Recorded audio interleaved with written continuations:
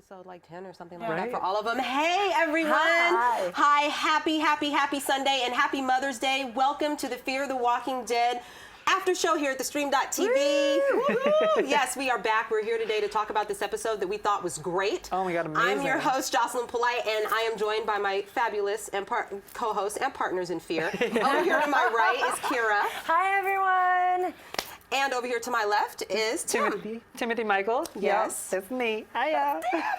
Okay, so we just out the gate have to say that it got real this episode, and we feel like, didn't we just kind of feel like this was like a family? This was about family and about like, like just they came together. Yes. Finally, I think they finally at this point they were talking about the one scene that really got me was Strand and Daniel, and they're like, basically saying, you guys, you have some skin in this? I can't believe you guys have some skin. I think maybe that was the correct terminology. And basically you could see that they are emotionally attached to the people on the boat now, so amen to that. Yeah, I felt like this was one of the best episodes of this season, and they answered a lot of questions from the last episode, which I know that we all had a lot of questions. We were a little confused about last episode, and they answered a lot of those questions this episode. So I really liked this episode. I did too, because it was action packed, and we got the story. We continued with the continuity of the story, and it was also, it had a lot of action in between, because I loved it because I didn't know which direction it was going to go in. And so we that got part some was really awesome. great character development too. Like I feel like attached to some of these characters now, which is exciting. It's exciting. No, we've been waiting for that.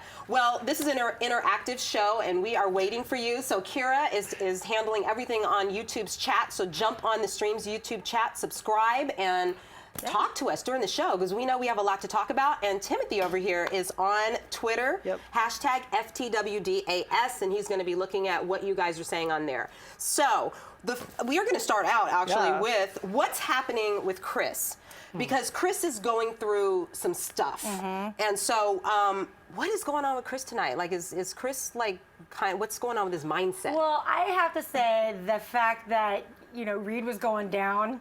We all knew Reed was going to go down, and we all knew it was going to be by Chris. I mean, the way that Chris was looking at him in the last couple of episodes, you just knew that if Reed was going to bite the dust, it was going to be at Chris's hands, and that's exactly what happened. But yes, he is going through some stuff. But just taking a step back from there, his relationship with Daniel is another one that I'm kind of excited to kind of see grow, because I feel like Daniel relates to Chris and what he's kind of going through, because we know that Daniel has been through, a lot of scary stuff in his home country, and that kind of has brought him to where he is today and being the person that he's become.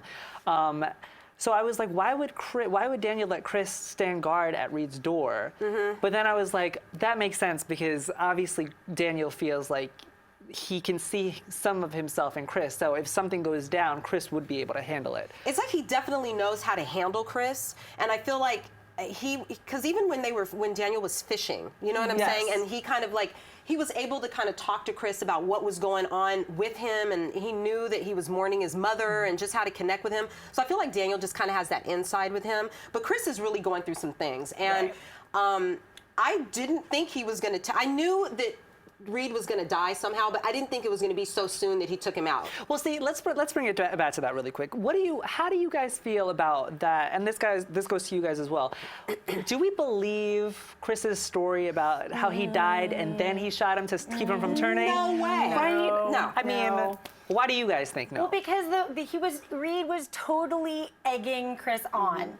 He was totally egging him on. He'd been egging him on from the get-go. I mean, there was talk about his mother. I mean, we may not have seen what transpired, but when I heard that gunshot, we all knew what happened. I mean, like I said, I saw that coming. But here's the weird thing, though. Chris, out of all of them, I would say Chris is the one that really knows how to kill a walker, because when they were on that island, and I can't remember the guy's name, Seth Ian, I can't remember, but he was teaching him how to kill the walkers through the gate and how to stab them in the brain.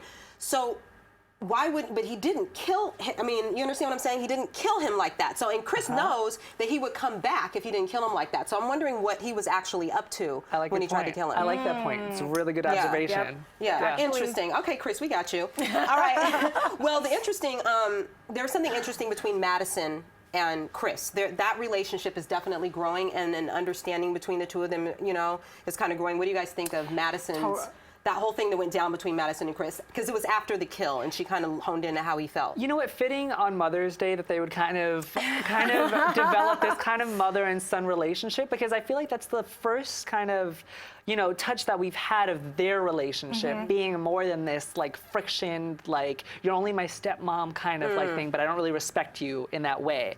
And I think that in that little bed scene after the shooting, when he like held her or she held him and he said thank you, I feel like it's just her being there for him, and that's really all he wants. I think at this point, and he has been completely standoffish with Madison and her entire family, with the exception of, you know, you see some intimate points with him and Alicia, but, you know, even the interaction that he and Nick had in the hallway. I mean, it seems as if Chris is opening up. Yeah, finally it's getting brotherly, and he's actually accepting what the advice that Nick is giving him, and actually like having that sort of relationship and opening up for that.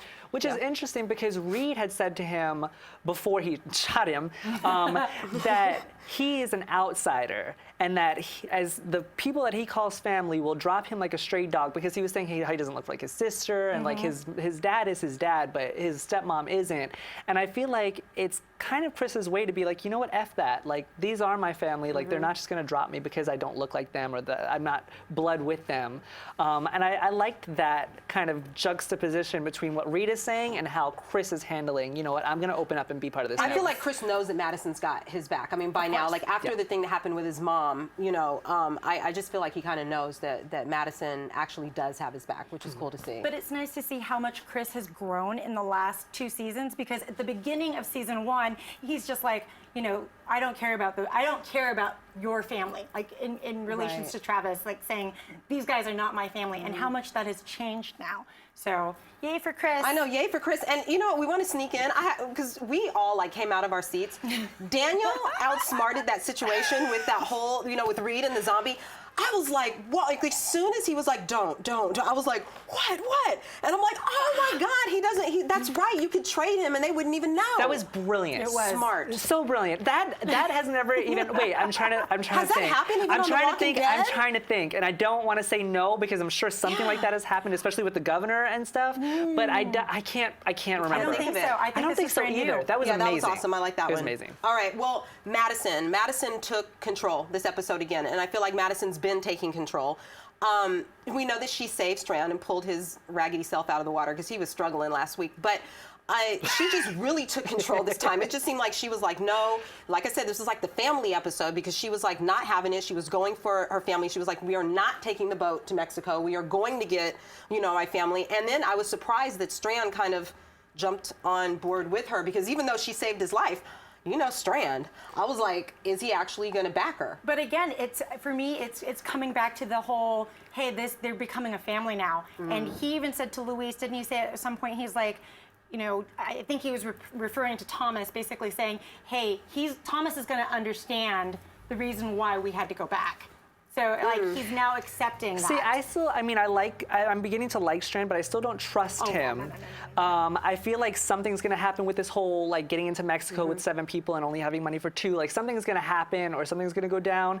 But I feel like it's interesting, because what you had said about Strand and Madison saving Strand's life and him having some kind of loyalty to her, and that's why he let her kind of go. But I feel like he just wasn't in a position to put up a fight. He's like laying there. There's no loyalty. He's picking his battles, and he is playing people chess, and he's like, this is not my time to stand up right now, but I will in the future. I would have to say, trust him. One thing that I really have to say is one of the most uncomfortable situations in life for me is when somebody says, oh no, you're fine. You can get in the party too. Just come with me. And that's how I feel like Strand is doing them. Like, oh no, you guys can go to Mexico. You guys are going to be able to get into Mexico. But that's the people that get left outside. Sure. That's what I'm saying.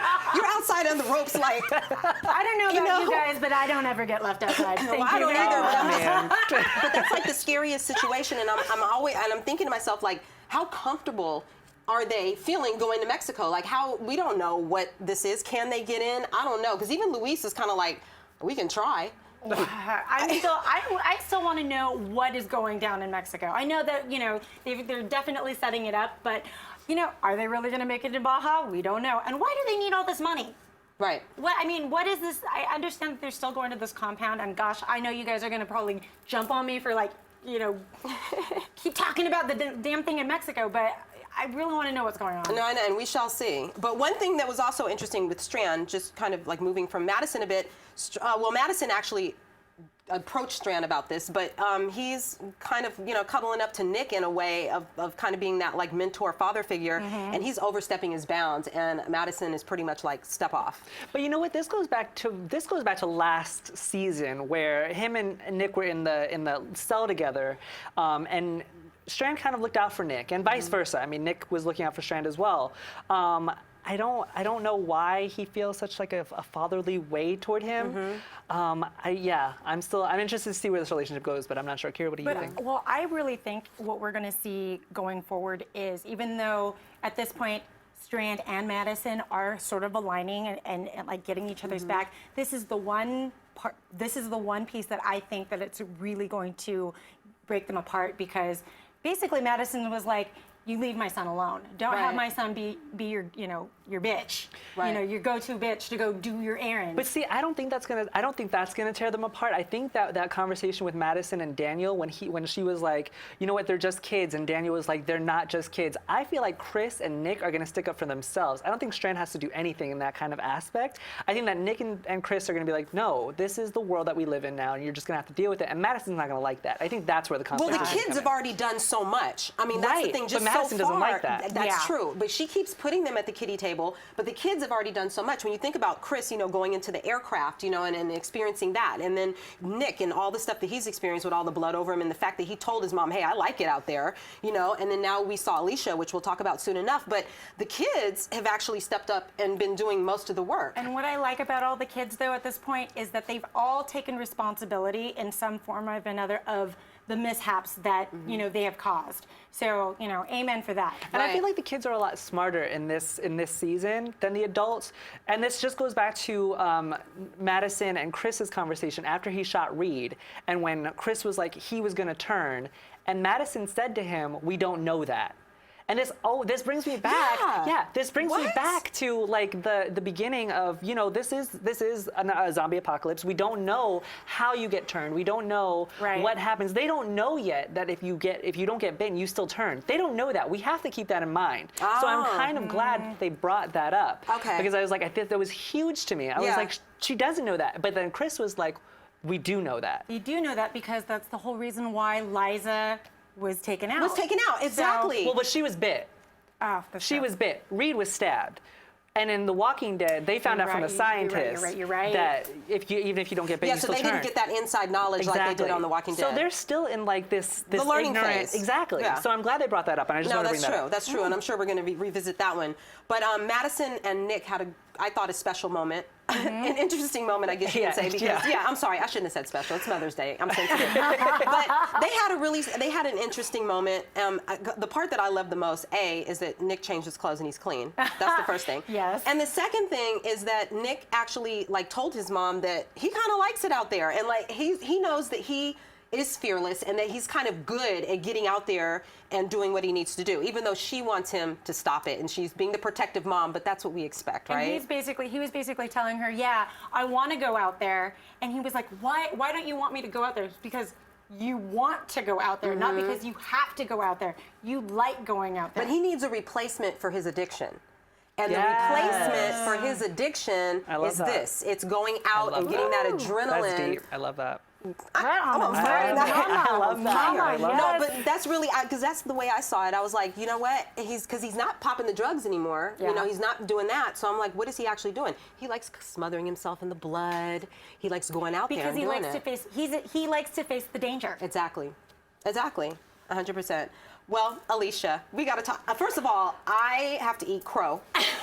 Because I just swore that Alicia was liking this guy, Jack, and that something was going to happen. But Alicia actually really stepped up when it came to Travis, when it came to Jack, she really stepped up. I was proud of Alicia. I want to kind of take the reins on this because I've been behind Alicia 100% this season. You totally have. And I just thought it was interesting seeing the kind of development in her situation where she was having this dinner with or by Connor, and then Vida being a bitch, Ain't and taking it away, Yeah. and then her just being really concerned about her family, and then learning what they have planned for Alicia, which was, you know, getting this job and like finding other vessels that have supplies. Which brings us back to the last episode while we were confused as how they found them, which is they used their radar Right. to kind of locate them and see where their boat was with the help of Alex, Right. which we'll get to. But it's just interesting seeing how just being like, okay, well, Jack sees something in you. Here's your job. Like, we could see where that was going to go. Clearly Right. it didn't go that way. But it was just interesting how that crew operated. Yeah. And you were right with Alicia all along. And I mean, I was really surprised that she took the risk and tried to take the what was it, a knife? Yeah, it was Switchblade? totally a knife. That Yeah. is basically when it, and I was telling you guys while we were watching it, that is pretty much where it turned for me, where I knew that I was going to be eating crow. That when she took that opportunity to take that knife out of the back of Jack's pocket, and basically I'm like, okay, she does not trust him. I was completely wrong. Tim was right. What I thought was a little premature, though, was when they found out that the My 44 was the Abigail and how it was Right. coming back too early, and then she like hit him with the clipboard and was like, they had this little scuffle. I was like, whoa, girl, calm down. Right. Like, we need to like pace ourselves here. Like, But I was we worried don't know about what's the happening scuffle. yet. The scuffle could have turned Like, sexual. I was a little worried you about this. would I turn was sexual. I was like, is that a scuffle? Are But they? come on, you he know? was you at that point. You could see that he was so into Alicia because she full on like whacked him on the side of the head with and Yeah. had a wound, and yet he was still like, "Oh, Alicia, I love you." Oh, I'm Right, like, dude. but I mean, it was kind of an insight to Jack's mindset as well, and how he doesn't really want to be with this crew that he's with either. So that's when they planned for them to for him to take her out that night, and then they were going to escape that night together, which I thought was cool. But my question is, do you think this is the last that we're actually going to see with Jack? No. Because I was full on singing like Celine Dion Titanic at Right, the end. yeah. I'm like, you know, with that look of, you know, him on the deck and Alicia just falling She jumps down. over, Jack. I was like, oh, this is so Titanic. Yeah, exactly. Well, I mean, here's the thing. Like, they took out Connor, because Connor's obviously going to turn because he got bitten by Reed. Oh, and then that all was those so other good. two guys that were Right. with him, they're out because they got kind of beat up or bit also. So really, it's only, if we think about it, Vida, Alex, and Jack. Jack. Right, So exactly. are they Hi, gonna guys. are they gonna like come together and be like their own separate group and like? I don't think it's the end of it, though. No, I not definitely at think they're all. going to see No. them again. But what did you guys think of that Alicia and Travis moment?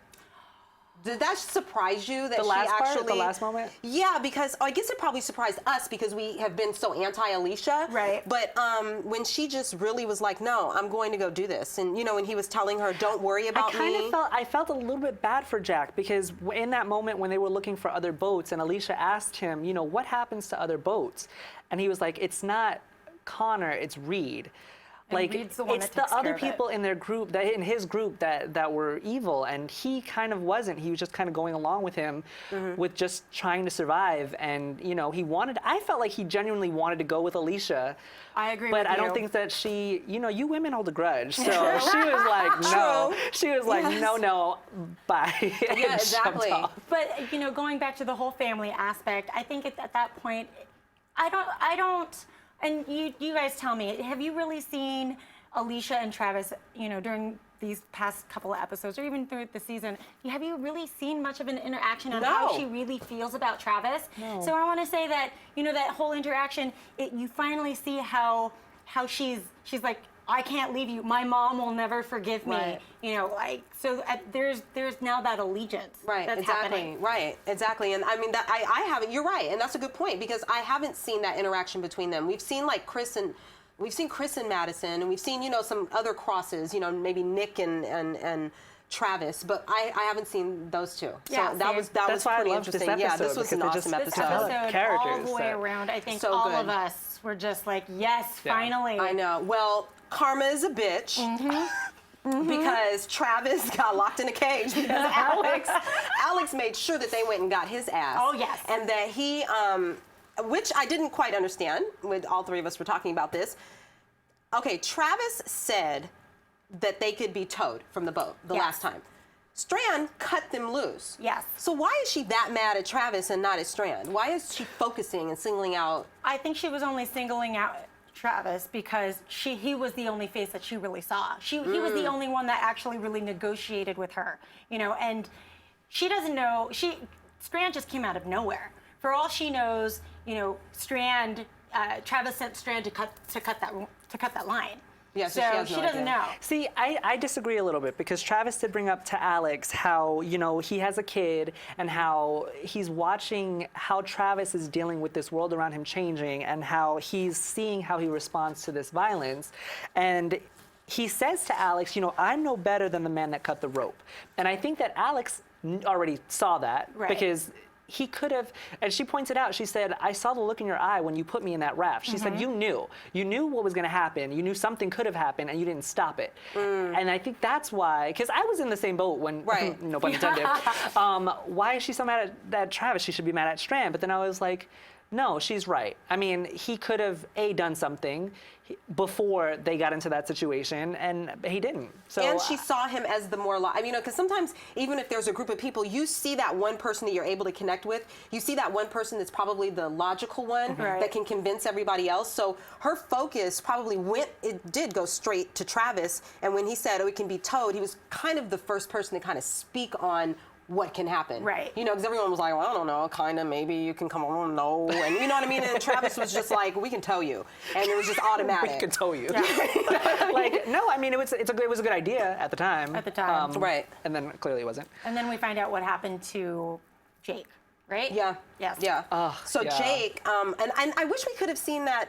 I mean, I'm not trying to be gory and gross, but I wish we could have. You don't want to see it? I'm kind of glad that we didn't. I feel like her telling the story was a little bit more haunting than us seeing it. That's you know what I true. mean? Yeah. And all I have to say is, didn't she just, Alex, my girl, my token Asian, didn't she just look glorious with all that beautiful. hair? She She looked did. beautiful, and I'm glad that she came back because I wasn't unfortunately here when she made her appearance with the whole plane scene. Right. So I'm glad that she's back and I get to talk about her because I really did feel passionate about her with the whole Flight little web series. What thing. I loved about her, what did she say that, you know, Connor said that I could be used. And she's like, nobody uses me. I love that line. Thank you. Yeah, I love that. And I Yeah. love that moment between them because I think you brought it up, Timothy, where it was like the Liza Travis moment of what Liza, what Travis had to do, you know, for Liza, and then what Alex had to do for Jake. And it No, was I'm just an glad. I interesting mean, I'm glad parallel. that you brought that back because Travis had brought it up to Alex. You know, he's like, I had to do that with Liza, and I lost. He said, I lost a little bit about myself, and I'm doing everything I can to try to get it back. And Alex said, you can't. Right. So it's like a bonding moment. So I know that we haven't seen the last of Alex because I feel like her and Travis they have to kind of fulfill this relationship that they've started. Do you think she's going to join them? Yes. Yeah. I want her All to. right. Her character is actually very interesting. Yes. And I want her so to good. continue. Her character is great. And she's doing a great job with it because she's pulled me in 100%. I'm like, I want to see Alex. And I know she kind of like, I don't know where she went, but I think that she's probably just, if I was her, I would go hop on the yacht. I would just go hop on like a stowaway. No, I'm serious. Why not? I'm not going to stay there. You know what I mean? But what's so interesting about Alex, and it goes all the way back to, you know, the little web series, is she knew all of this information so far ahead of time before the actual apocalypse actually happened. She knew. So I want to know how she gained all of this information before everybody else did. Right. So There's a lot to learn. Well, we want to hear what you have to say, and we're going to get to your questions and your comments. We're going to take a quick break, and we'll be right back right after this. See you guys soon. See you in a minute.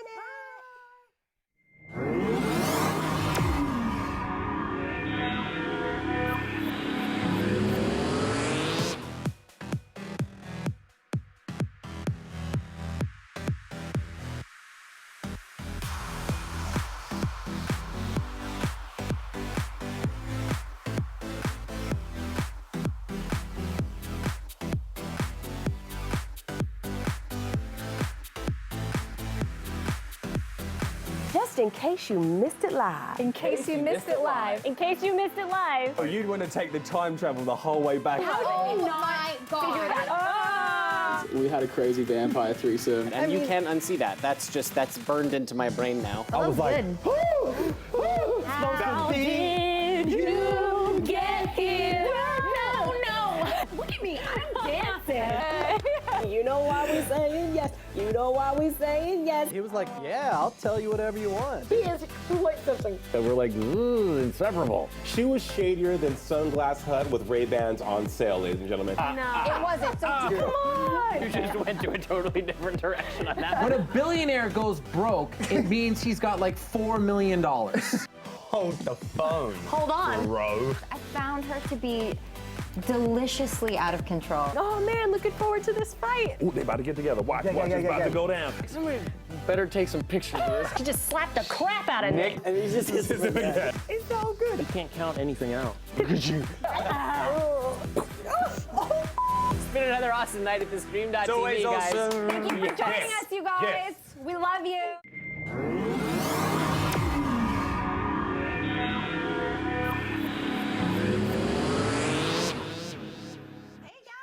Woo! Welcome back. Just remember to click subscribe and watch the Stream.tv for all your favorite after shows. And we're going to get to comments because Kira's got some great comments, so we're going to kick it over to you. I definitely have to give it to our viewers because they apparently know more about the show than we do. GGMC full on had called this out on YouTube. She pretty much said, maybe Alex told Jack and the crew where the yacht was. You never know. Perhaps she and Jack were snatched up and was forced to tell them. So good for you, Gigi. You completely called it out. And you called us out on some of our shit, too. So Yeah. we love And it. you know what? I remember when Gigi made that comment, and I was thinking, like, here I am. I'm so naive. I'm like, she didn't seem like she was that kind of person. Like, I think I even responded that way. Like, how wrong was I? I was like, she seems so sweet. No, I'm glad that you brought up that comment also because we didn't really get to touch up on that. But I mean, Alex, because we were all wondering last episode, how did they find them? We don't understand. How do they know their names? How do they know their names and stuff like that? It was Alex. So thank you, GGMC, for calling But I will us say out. this. One thing I did say. Didn't I say, didn't they pass Alex by floating out there in the water? You did. I did say You that. did. Like, give me my little 1 point of credit. You did say that. And also, I just want to say, you know, it was Rafaela Gomez and Luisa Amaro who basically said, you know, Alicia is pulling a Carol on Jack. So again, you know, our viewers are a lot smarter than we are sometimes, and we do read your YouTube comments, and we do respond. So feel free, join us on the chat as we speak. So yeah. Yeah, and that's true. I mean, she's got a ways to go before she can catch up to Carol. Yeah, this is true. I'll yeah. say that. She's got Yeah. a ways to go before she can catch up to Carol. But I am very proud of her tonight, and like honestly, she's a character that I'm looking at now because I was paying her no mind before. No. And Ophelia still has some proving to do. What is, she's like dead weight. Ophelia has done nothing but just basically, you know, wander around the boat. She figured something out tonight, but it was so She figured it irrelevant. out, but Didn't then it she was figure like, out yeah, it was something? I'm irrelevant because like 2 seconds later we Yeah. figured it out for ourselves. I don't know. We'll give her it's time fine. to grow, I guess. Okay, we're gonna go to some shout outs. Timothy, what do you have? Yeah, okay, so shout outs. I've got Lyca, Lyca 1129 on YouTube. Thank you for, you know, shouting us out and being a part of the conversation. Rafaela Gomez with an S. Thank you for being on the YouTube chat. And Luisa Amaro.